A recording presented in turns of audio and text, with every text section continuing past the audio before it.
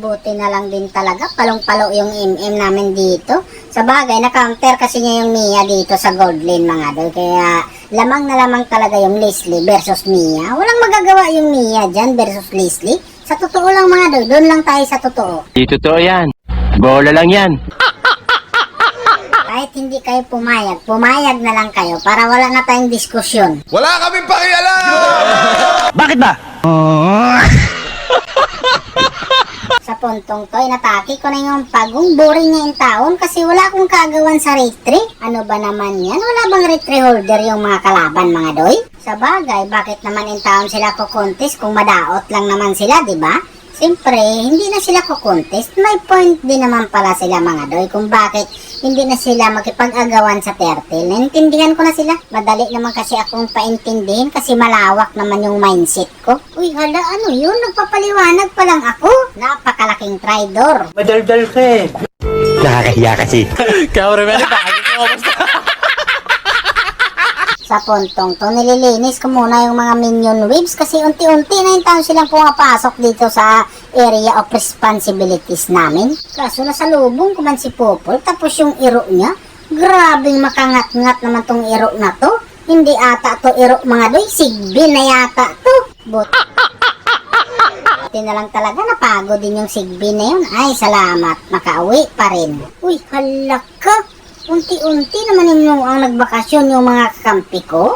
Napurnada yung mga wrong moves pala namin dito. Unti-unti na talaga silang pumapasok sa amin. Nakalain mo yun, dalawang tore namin pumutok na mga doy. Kaya ang ginawa ko dito, lilikod na lang talaga ako mga doy. Kasi andito lang yung malambot sa likod katulad nito. Impasto sa akin. Oh shit, sana pala hindi na lang ako lumikod. Nagkamali na naman yung wrong moves ko. Pero hindi ko pa rin babaguhin yung diskarte ko mga doy. Kahit nagkamali yung wrong moves ko sa pagdaan sa likod, ulit-ulitin ko pa rin talaga yan mga doy. Kasi alam ko sa sarili ko na ito yung tamang way. Kasi lagi nyong tatandaan mga doy. Pag nasa likod, meaning to say, ibig sabihin, nandun yung mga damage dealer nga ni. Remember that. Put it in your mind. Okay. Ko po, minyak ko to mga doy. Nararamdaman ko talaga kasi nagsama-sama sila. Isang suntok ko lang yan. Naku po, ano ba naman yan? Inagaw pa talaga. Wala'y batasan. Sa puntong to, inatake na namin yung malaking mananap. Yan din yung tandaan nyo mga doy. Pag nasa inyo na yung momentum, gamitin nyo yung momentum na yan para mas lalo kayong lumamang. Yan ang tandaan nyo kasi. Nakasabot naman siguro kayo sa sinasabi ko. Kasi kung hindi, parang sayang yung mga laway ko dito. Naku po, grabe naman talaga tong Leslie na to. Kontrolado talaga niya yung pagbitaw ng kiis. Kalain mo yun mga doy, puro kiis talaga yun.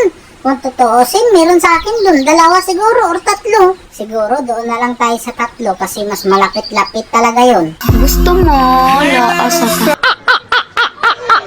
Pero itong si Bear na to mga doy, matik sa akin na talaga to. Hindi na to pwedeng makiis ng Leslie. Naku po, grabe ka talaga Leslie. Kontroladong mo talaga yung pangkikiis. Ayoko na nga, nagtampo na ako. Bahala na kayo dyan, labas na ako dyan sa mangyayari na yan. Kung tapusin nyo or hindi, kayo na bahala. Kaya dito, narinig ko na naman yung victory.